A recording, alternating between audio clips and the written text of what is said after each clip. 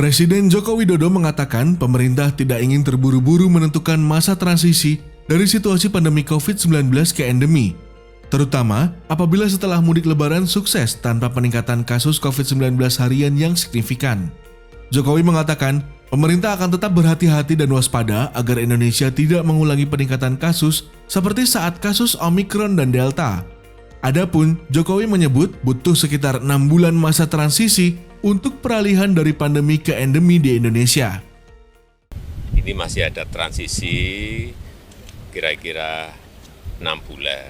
Kita lihat seperti apa, baru nanti silahkan kalau di luar ruangan buka masker, kalau di dalam ruangan masih tetap pakai masker. Ada tahapan-tahapan dan kita tidak perlu tergesa-gesa. Karena apapun kita punya pengalaman saat Delta seperti apa, saat Omikron seperti apa. Sehingga kehati-hatian, kewaspadaan itu tetap harus.